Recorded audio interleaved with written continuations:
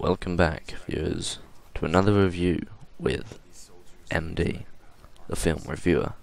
So now, today we're doing a review of Good Kill, starring Ethan Hawke, January Jones, Zoë Kravitz, and Bruce Greenwood. So my first question is this film too propaganda-based? Is it too political? Short answer, yes. Very yes. I can tell you that now. So, everyone in this film is portrayed as American. And of course, they're putting emphasis on American. I mean, for instance, the main character is portrayed as an American badass. You know, he's got the old muscle car. He's got the shades. He's got all the cool establishing shots in the background. You know how it is. All the classic American badass shots and everything like that. And you're just thinking to yourself, oh god, here we go. Here we go into another one of those films. Another one of those films created by a American kind of person. But at the start, it doesn't start like a normal, classic American film. It starts out with a drone attacking what seems to be some kind of Taliban warehouse. I don't know, a village. It doesn't give you any backstory to where it is or what's going on. It just happens. But I like it. I like the way that is. That's a pretty good thing. The way that they did that. And to be honest, you are questioning yourself: is it a real drone that's happening? Is that real? Is that going on? That's what you're questioning yourself, because you don't know. It could be. They take, films. They always take military archive footage, and it could be a real drone. I simply don't know, but it was pretty cool. And then you cut back to Ethan Hawke looking all surprised and sad almost, and then we'll of course get into the eternal struggle of the main character. Now, they added this in clearly because the drones weren't enough.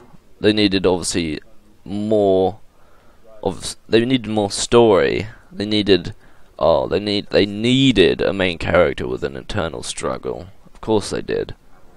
Drones just wasn't enough. No. I mean, they did this close up of the eye of Ethan Hawke's eye at the first, and it was to show the emotions of the main character. I thought that was a very good shot, because Ethan Hawke, for all his flaws, he's very good at showing emotion at occasion. I gotta say, that was a very good shot. And I know how that is. So this film, it has weird, oddly dark comedy, and it doesn't work. I know that they try and make it work, and it doesn't. I mean, the people delivering the comedy aren't people who deliver comedy, and it just doesn't work. I mean, you got Bruce Greenwood, who does do on occasion comedy, but he's the only one that can do mild comedy. But he's not even the one delivering the comedy. It's a couple of it's one or two of these back alley actors that are just there for filler, who are just delivering this weird, odd comedy that is very much out of place. And that's another thing. Those actors, they are very much fillers. I mean, they're not exactly useful. They're just there because they thought, oh, we need more actors on screen at any given time. We need to put more people on the screen. Which is just a thing. You just don't need to do that. I mean, alright, let's look at the story base. At the first picture, it's a perfect American family that this Ethan Hawke main character has. 2 kids, big house, good-looking wife. I mean, of course, something they left out, of course, is the dog. There's no dog. Shame to buy that. I like dogs. Apart from that, it's practically a perfect American family. And of course, classic of American films is to mess it up, and eternal struggle in the family, and the husband and wife are fighting. You don't need that. Good kill. It's a film about drones, and about half the film is not based around the drones. More than half, in fact. Probably about 70% of the film is not based even about the drones. It's about this character's internal struggle, which I gotta say is not that well delivered by Ethan Hawke. I mean, he does do quite a lot of scenes well, but there are a lot of scenes where he has to deliver this deep, eternal struggle, and I'm guessing it's difficult for him to do that, and a lot of the time he doesn't do it that well. And so, what else have we got? So what else we have is the lighting in the film. I mean, because I'm a very technical person when it comes to films, and so I talk about the sound, the lighting. I mean, the sound is okay. It's nothing special. You're not like, oh wow, you know, because there's nothing really in the film that would require oh wow sound. The lighting, though, in the film is very good looking.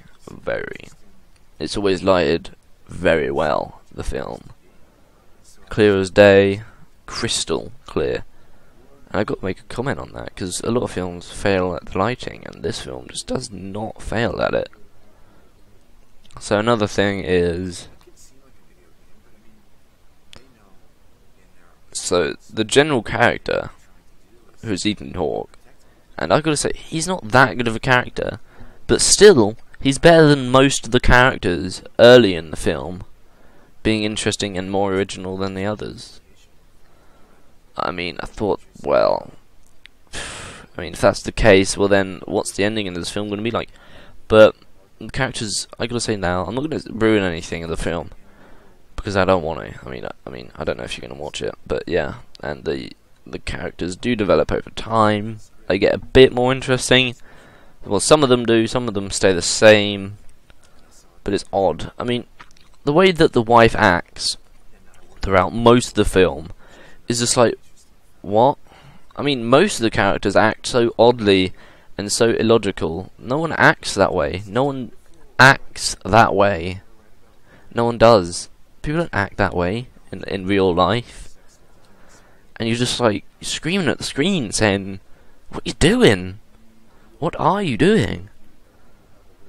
I mean, the wife issues are kind of lazy and annoying. They just seem to put them in there to develop the character's eternal struggle, but it just doesn't work that well.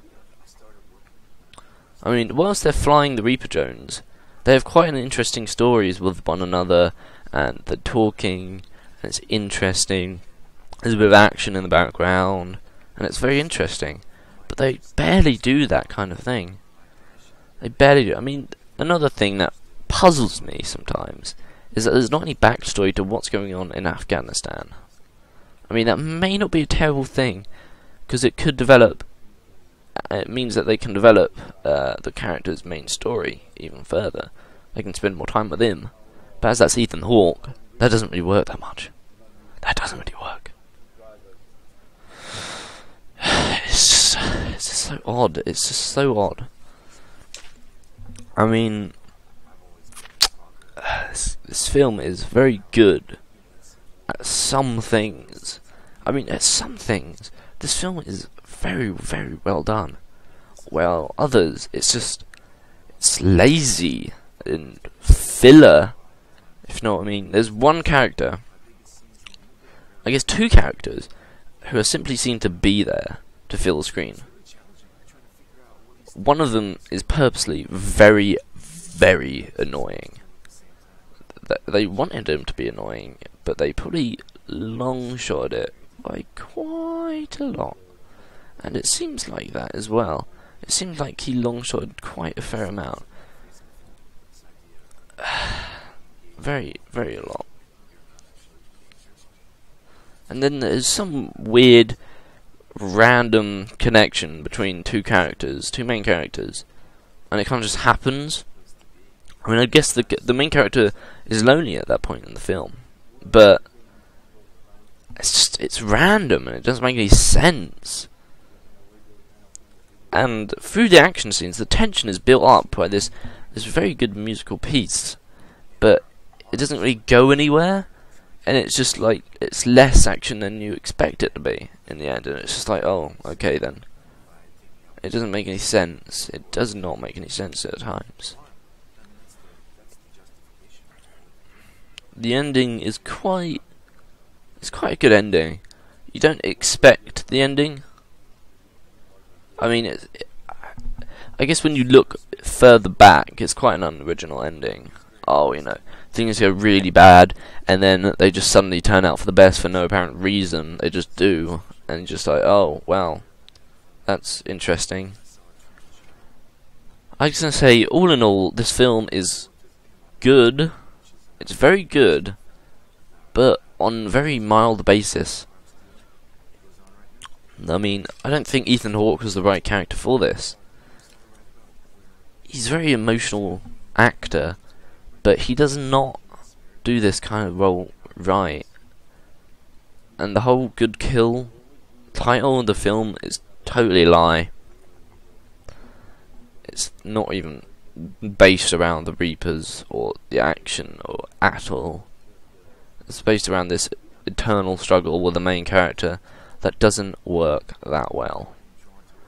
And many unnecessary characters, and pretty much all the character archetypes are all unoriginal and just there to fill the screen while Ethan Hawke's down with his emotional captivity.